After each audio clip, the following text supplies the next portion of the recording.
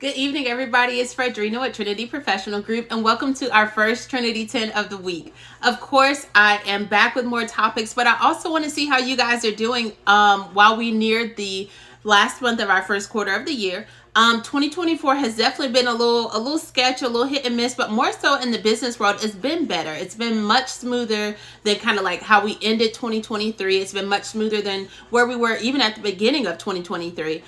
So I want to see what your growth is. I want to see those things that you're proud of. I want to know where you see yourself, how you feel. I want to know some of the topics that I go over, such as competitive advantage and knowing your trajectory and are you ready to scale, things like that. I want to know these things, y'all. These videos and my content and who I am is meant to be interactive. I want to be interactive with you guys. I'm not just trying to sell you my services. I want to know exactly where you are in your business journey and how I can help, how I can support. And then if you in turn choose to hire me on as your consultant, of course, we'll just next level it. But if you don't, I still want to make sure that you're aware of certain things that are true for any business, regardless of what sector you're in, regardless of what industry you're in.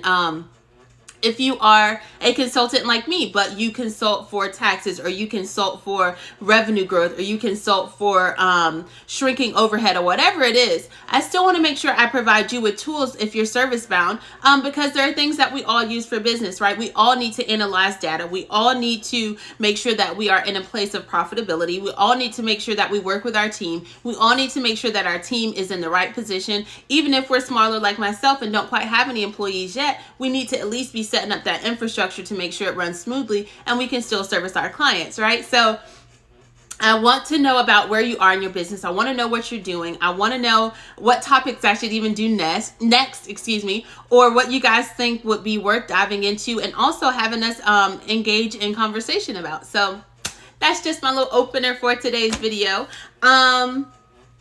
But for this week's topic, I actually want to talk about creating your next level with SMART goals.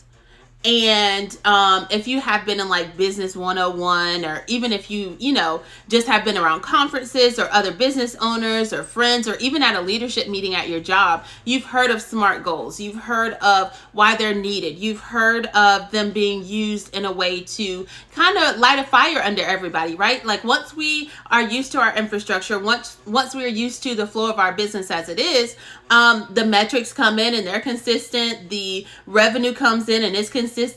Our profitability has risen to a point where we are still worried about it, right? Because we still got to stay in business, but it's not as much of a rush and run towards it and that being our primary focus so much as it is our processes, right? So we're no longer breaking even and we have a chance to focus on the processes that impact said profit, but we're not just focused on profit. So even in having this awareness within your business, knowing that the processes affect the profit and you're not just focused on getting to the profit, you still have goals that you need to achieve. You still have areas that need to be broken down. You still have areas that need to be dissected and reviewed. You still have areas of, even with your employee dynamic, things that you need to make sure that you are engaging them in.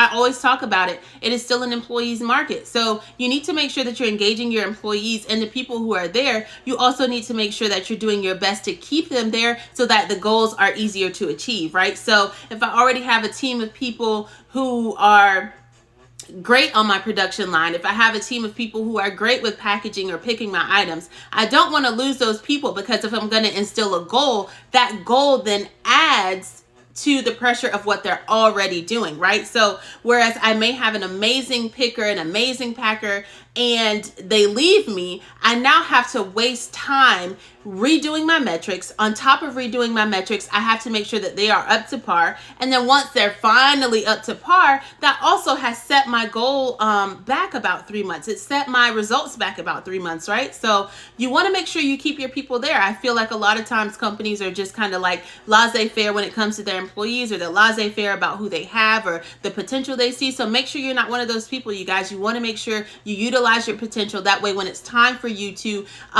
roll out a new goal or roll out a new metric or roll out a new position or focus or customer based something that you want to do for them, make sure you have your people lined up and are in place so that once you do roll it out, it makes it so much easier and you can just roll off of the same metrics you had instead of having to create new ones, right? So For SMART goals, the first one is going to be specific. So like I gave the example of a warehouse. I don't know, warehousing is just like super easy to reference because everything kind of has its own little station. But let's say for this, I would even say this quarter's goals, right?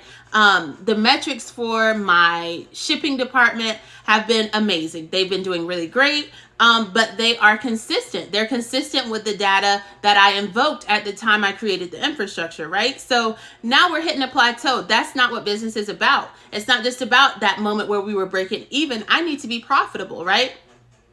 So if I go to the shipping department and I say, hey, I need you guys to work faster. I need you guys to make sure you have more packages. I need to make sure the customers are going to be happy with their final product. I need to make sure that you all are making sure the drivers are here on time. And when the driver is here, you're ready to load. They don't have to find somebody to load the truck, right? I can tell them these things, but that's not specific. Why is it not specific? Because it's not specific to the new goal I'm putting in place.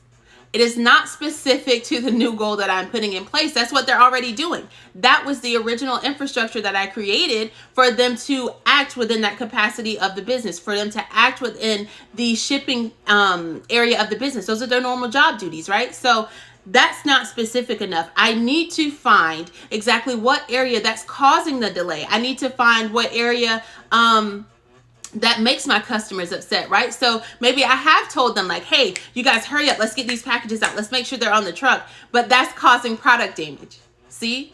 So you can't just look at things in totality and figure, oh, well, the thing is wrong is that my customers aren't getting their packages in time, right? But it could have an adverse effect. It could ultimately, in the end, cause you to be double working. Customers will start, bringing products back, and you're paying for that truck to come back with no guaranteed profit once you send something else out, right?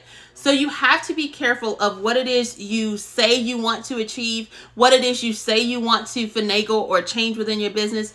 Being specific is needed, because if not, you'll end up, like I said, adversely affecting something else that really wasn't a problem before. If the driver's getting there on time wasn't a problem before, but now I have my people standing and waiting on the driver to get there, because in my mind, the issue is the time we get the product out. Now I'm killing it on labor. My labor is being sucked dry because people are just standing there waiting on the truck. So you have to be specific. There's so many ways that being specific in business can help you, and again, help you avoid those adverse effects, help you avoid having to create a full list of contingencies just because you haven't fully thought through where you were going to begin with, okay? So we have to be specific. The last one I'm going to do is your new goal measurable? Can you measure the fact that you told the guys to hurry up and put the items on the truck truly impacted the result? Can you say that this truly impacted the satisfaction of my customers? Can you say that this truly impacted that? Most of the time, as far as what you do, you can't. Once the items are in that truck, beyond just how you stack it or how you protect your boxes, the timing has nothing to do with you. You can't control a flat tire. You can't control the driver having to sit in traffic because there is an accident. So there's so many things that you can't control, but the measures that you can control is, okay, well, if we send out 500 boxes of our product, they do get delivered on time. When we send out 700 boxes of our product, they don't get delivered on time, right? So we see this gap of a 200 product deficit. And when we're here, okay, we have to measure like, okay, well, let's maybe try 550. Let's maybe try 600 and see what it is that's going on. Is it by the time they reach USPS, or is it by the time they reach FedEx, that the number of products and the amount of time it takes to get those products off makes us miss a cutoff that would then help us keep our time with our customers, right? So there's so much that goes into it, and you need to make sure that on your end it's measurable, not on the end of you depending on someone else to finish your final mile or finish your last step of the process, right? So this is our first half of our Trinity 10s for the week on SMART goals, and having those SMART goals really help you create your next level within your company. It's not enough to just plateau and break even, guys. We are in business to continue to profit, and we are in business to continue to grow, okay? So be sure to follow me on social media, Fredrina Freddie the Trinity Pro, and I will see you guys on Thursday's video. Super excited to be back. Can't wait to get into part 2. Thank you.